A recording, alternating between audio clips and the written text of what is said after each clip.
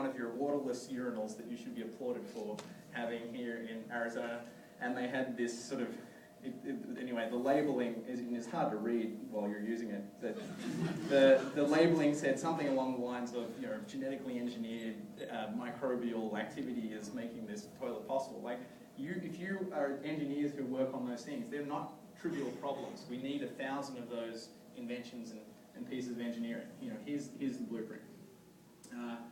And so I've been working on one for myself. If you look at the way we use cars, the majority of our driving is sort of 0 to 15 miles. And I think in the average modern city globally, if the city has more than 1 million people, the average speed of transport is only about 12 to 14 miles per hour. So I don't think it's practical to completely eliminate driving, because I want to save up my driving energy for those, you know, once a year, you know, or once a week trips to go surfing.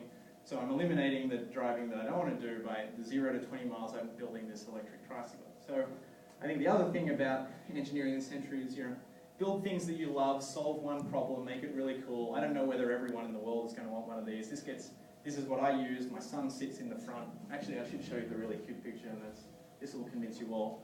He's having the time of his life. He's wearing a helmet, I promise.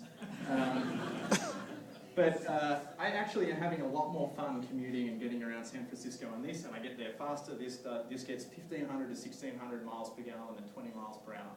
So you literally get, for that local piece of transport, you do a lot better. There's no excuse not to use any number of the solutions like this in Arizona. I mean, except for today, which is amazing. It never rains here, right?